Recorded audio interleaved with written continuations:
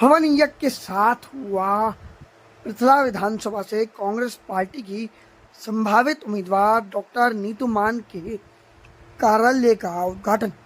नीतू मान जो पृथला विधानसभा की गांव प्याले की बेटी हैं, पृथला विधानसभा का जाना पहचाना चेहरा है। आज के समय में पृथला विधानसभा के बच्चे बच्चे की जुबान पर जो एक नाम रख चुका है नीतू मान, उन्हीं नीतू मान के कार्यालय का आज उद्घाटन हुआ। वो नीतू मान जब अपने क्षेत्र के दौरे के लिए जाती हैं तो बच्चों से पूछती हैं, स्कूल जाते हो क्या? ऐसी नीतू मान जो जनता से जुड़ी नेता हैं, उन्होंने कर दिया है अपने कार्यालय का उद्घाटन। जनता की समस्याओं को सुनने के लिए नीतू मान जाती हैं क्षेत्र में। कार्यालय का उद्घाटन तो हुआ, लेकिन कहा नहीं बैठूंगी एसी में जब तक है सांस, खून का कतरा कतरा बहेगा।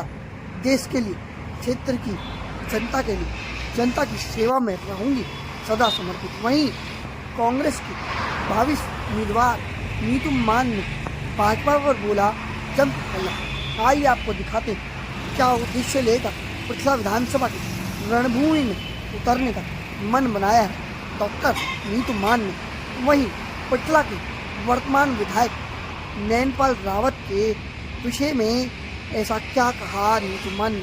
आइए, ये खबर बेहद ज़रूरी है। अधिक जानकारी के लिए आपको देखनी होगी पूरी खबर। तो आइए चलते हैं, आज बात कराते हैं डॉक्टर नीतू मान। अपने कुंजगर आप देखना शुरू कर चुके हैं पलवल के एक्सप्रेस न्यूज़। आज मौजूद है पृथला विधानसभा से कांग्रेस की संभावित प्रत्याशी नीतू मान जी। आज कार्यालय का उद्घाटन किया। आज बात करेंगे नीतू मान जी से। डॉक्टर साहब नमस्कार, आपका स्वागत है। बहन जी, बात करें पृथला विधानसभा की, सबसे पहले बात करें क्या उद्देश्य लेकर के पृथला के रणभूमि में आप उतरने जा रहे हैं? देखिए, पृथला विधानसभा मेरी जन्मभूमि है और जिस तरह की खामियां और हम अपनी पृथला विधानसभा को कमज़ोर देखते हैं, तो मुझे लगता है कि यहाँ पर हमें विकास कार्य को आगे ले जाने की ज़रूरत है। और ऐसा नहीं है कि हम अपनी पृथला विधानसभा को, ये हमारी कमज़ोर विधानसभा है, क्योंकि सबसे ज़्यादा कंपनियाँ हमारी विधानसभा में हैं और जहाँ जिस जगह कंपनियाँ खड़ी हैं वो हमारी अपनी ज़मीनें हैं। उसी ज़मीनों को हमने अपनी आने वाली पीढ़ी की मजबूती के लिए उन कंपनियों को दिया था ताकि रोजगार बढ़े। रोजगार बढ़ेगा। हमारे, आप देखेंगे लास्ट 10 साल से हमारे पहचान पत्रों में इतनी गड़बड़ी आ गई कि लोगों की पेंशन नहीं मिल रही। बड़े बुजुर्ग त्राहिमाम हो चुके हैं पेंशन को लेके।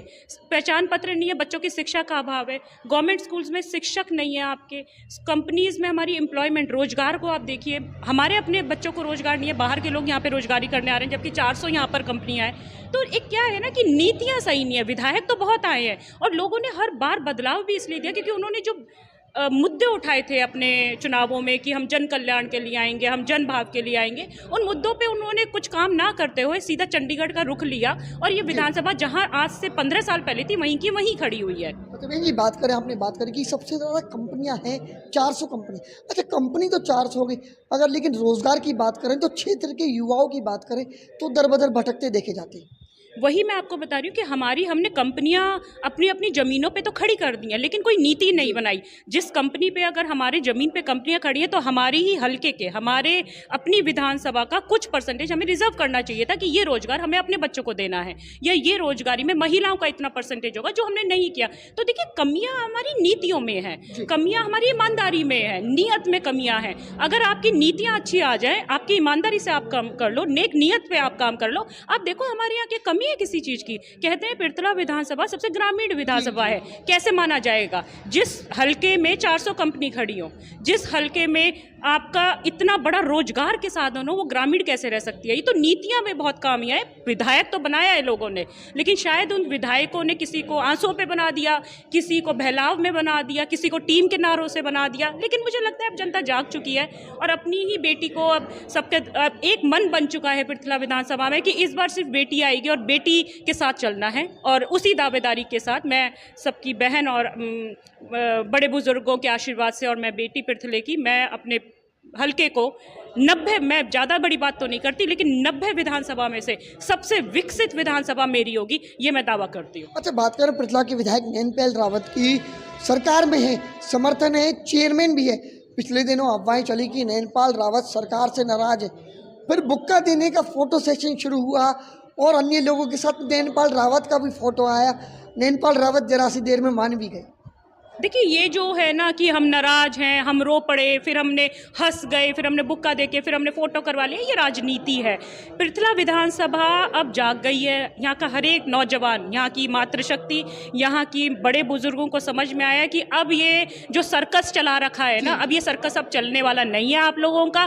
किसी के भी बुक्के देने, बहलाव में, आंसुओं से बाहरी को बदलाव, ये सब अब पृथला विधानसभा में बहुत हो चुका। अब पृथला विधानसभा एक स्थिर और मजबूती के साथ आगे बढ़ने वाली है और पृथला विधानसभा ये नियत बना चुकी है कि इस बार सिर्फ बेटी को लाना है, साथ आना है और पूरी एकजुटता के साथ, एक समानता के साथ। आप यकीन कीजिए कि 36 बिरादरी का एक साथ समर्थन आपकी बहन को मिल रहा है और इस सम्मान के लिए, इस आशीर्वाद के लिए मैं ऋणी रहूंगी और मैं धन्यवाद करती हूँ। नैनपाल जी की बात करें, बतौर विधायक, बतौर सरकार में चेयरमैन भी है, भारतीय समर्थन है, निर्दलीय चुनाव जीते थे।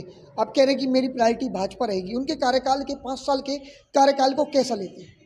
देखिए नैनपाल रावत जी ने काम तो कुछ किया ही नहीं है। अगर आप सड़कों की निकासी देख लेंगे ना, अगर सीकरी भनकपुर रोड पे आप देख लेंगे तो वहाँ स्विमिंग पूल है। मैं ये रोकना चाहूँगा, एक बात हो, एक वीडियो वायरल हो रहा है सोशल मीडिया पर, एक बुजुर्ग नैनपाल रावत को कोसते हुए नजर आ रहे, कह रहे हैं कि हरियाणा का सबसे बड़ा भ्रष्टाचारी है।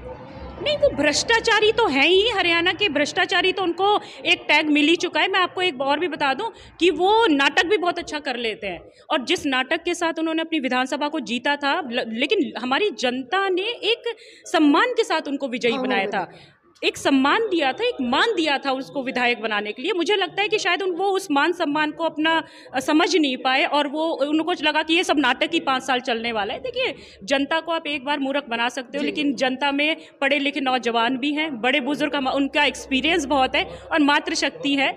आप जनता को बेवकूफ़ नहीं बना पाएंगे इस बार। अच्छा बहन जी, बात करें कि और भी अन्य प्रत्याशी हैं, देखा जाए तो और भी लोग कांग्रेस से टिकट मांग रहे हैं, लेकिन देखा जाए तो आपको अपार जन समर्थन मिल रहा है। पृथला की बात करें तो हम गांव देहात में जाते हैं, लोगों से मिलते हैं, बच्चे की जुबान पर आज नीतू मान का नाम है। क्या कारण है कि आज आपके लिए लोगों में इतना उत्साह है और जुड़ाव जनता का आपसे लगातार जुड़ता जा रहा है?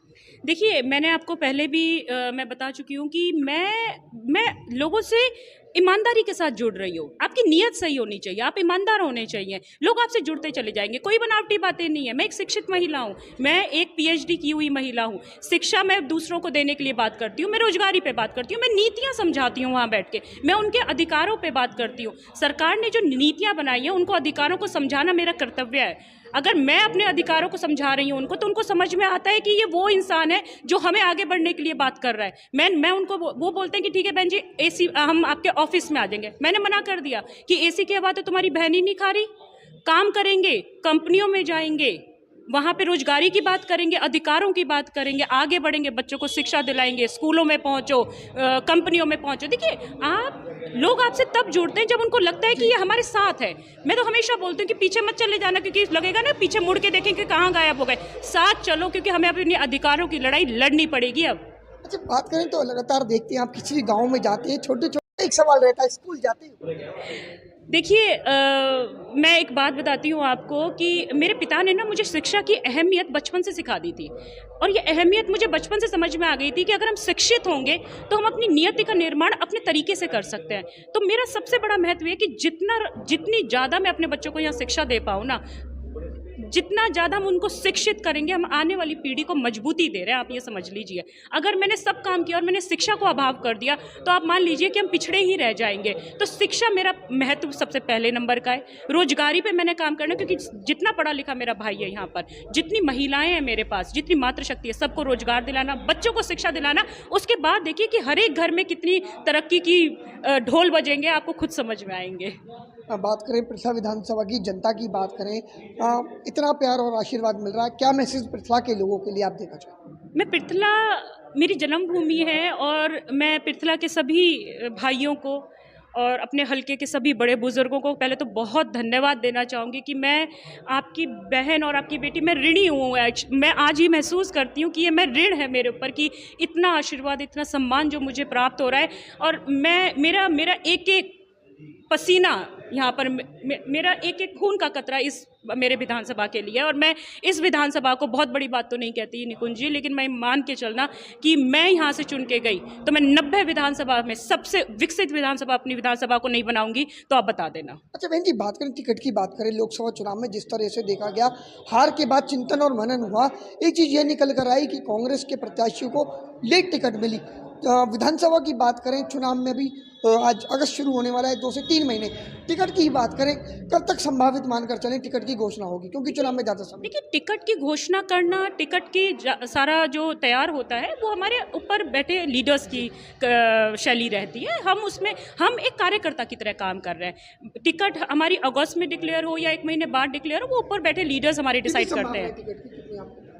टिकट तो हम लेके आ रहे हैं और टिकट की संभावना पूरी है, और कांग्रेस पार्टी हम जिताएंगे यहाँ से। और कांग्रेस, हमने देखिए, हम टिकट की दावेदारी से ज़्यादा कार्यकर्ता की दावेदारी बता रही हूँ मैं आपको कि हम अपने पिछले विधानसभा से भारी मतों से कांग्रेस को विजयी बना रहे हैं। पिछले 10 साल से कांग्रेस यहाँ से हारी है, लेकिन जिस तरीके की हम मेहनत, डोर टू डोर, बिल्कुल ज़मीन से जुड़ी हुई जो हम मेहनत कर रहे हैं, और पूरी दावेदारी है कि हम पिरथला विधानसभा जीत के लेके जाएंगे, और इतनी मतों से जीत के लेके जाएंगे कि हमारी पिरथले विधानसभा की गूंज हुंकार चंडीगढ़ में बजेगी। बहन जी, बात करें सरकार की, बात करें लगभग 10 साल से पिछले भाजपा की सरकार है। हरियाणा की बात करें, हवा कुछ और चल पड़ी है, इन दिनों आगाज हो रहा है कांग्रेस की सरकार आने की, लोग बात करें। देखिए, लोगों में एक गुस्सा है भाजपा को लेके। भाजपा ने पिछले 10 साल, लोगों ने भाजपा के कैंडिडेट्स को एक ओहदा दिया, एक सत्ता में बिठाया, और बहुत उनके भाव के साथ बिठाया था, जो मुझे लगता है कि इन सत्ताधारियों ने उसका मान नहीं रखा। आज जो आक्रोश आप देखते हैं, जो गुस्सा आप देखते हैं भाजपा के लिए, बिल्कुल जायज़ है। आप ये देखिए कि हमारे नौजवान बेरोजगार होकर घर में बैठे हैं। हमारे अपने पिरथला विधानसभा में नशे का हालत बढ़ता जा रहा है, क्योंकि बेरोजगारी है मेरे यहाँ पे, शिक्षा का अभाव हो गया है मेरे यहाँ पे। मेरे यहाँ कंपनियाँ हैं लेकिन कुछ काम नहीं हो रहा। आप देखिए, जो गवर्नमेंट ऑफिस में लोग बैठे हैं, वो पहचान पत्र को एक पहचान, चप्पलें घिस जाती है लेकिन वो पहचान पत्र ठीक नहीं हो पा रहे। तो ये गुस्सा है लोगों का, और मुझे लगता है कि कांग्रेस पार्टी आएगी और हम बहुत दमदारी के साथ अपनी प्रदेश में अपनी सरकार बना रहे हैं, और आप देखेंगे कि अगले कुछ सालों में हम दोबारा से प्रदेश को, अपने हरियाणा प्रदेश को नंबर 1 विकसित प्रदेश बना रहे हैं। बहन जी, अग्निवीर योजना की बात करें, लोकसभा चुनाव के दौरान देखने में आया कि गाँव में, देहात के क्षेत्र में अग्निवीर योजना का बहुत विरोध हुआ। क्या कहना चाहिए, अग्निवीर योजना किस तरह से युवा के जीवन को प्रभावित कर? देखिए, ऐसा है कि पहले एक गांव की पहचान ना ऐसे होती थी, ये फौजी का घर है, ये फौजी का गांव है, और उस सम्मान के लिए लोग लड़ मरते थे। फौज में भर्ती होने के लिए, जल सेना, थल सेना और वायु सेना में भर्ती होने के लिए नौजवान हमारा लड़ मरता था कि हमें फौज में जाना है। लेकिन आज जिस तरीके की नीतियों में इन्होंने अग्निवीर को डाल दिया है, मुझे लगता है कि उसमें नौजवानों को आग में झोंकने का काम कर दिया सरकार ने। आज हर एक नौजवान जो अपनी जान, तन समर्पित, मन समर्पित और ये जीवन समर्पित, और धरती माँ तुझे मैं क्या दूँ, इस नीति के साथ जब एक नौजवान आगे जाता है और उसको कुछ समय के बाद उसको बोल दिया जाता है कि अब आपका ओहदा इस फौज में नहीं है, तो वो फौजी कैसा रह गया? उसका तो आपने ओहदा ही छीन लिया। तो इस तरह की योजनाएं, ये फेल योजनाएं हैं, और यही गुस्सा है, यही आक्रोश है इस सरकार के विरुद्ध हमारा। और मुझे लगता है कि कम से कम आप काम नहीं कर सकते, लेकिन जो हमारे अधिकार है, जो हमारे भाइयों का जो फौज में जाने का, हम एक लड़ मरने का अपनी देश धरती के लिए था, उसका सम्मान आपको करना चाहिए।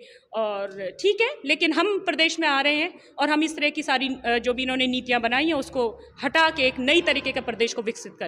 बजट में किसानों के लिए कुछ हुआ ही नहीं ना। आप बताइए, किसानों के लिए कौन सा उसने बजट पेश कर दिया? हमारे किसान भाई जो आंदोलन में बैठे हुए थे, उनके कौन से एमएसपी पे उन्होंने नया बजट लेके आए हैं? उनके कौन से लीगल एक्ट्स पे हम बजट लेके आए? ऐसे कोई डिस्कशन हुआ ही नहीं है। ये बजट उन्होंने बिजनेसमैन के समर्थन का बजट है, और वो समझ सकते हैं, लेकिन हमारे अपने जो किसान भाई हैं या हमारी जो खेती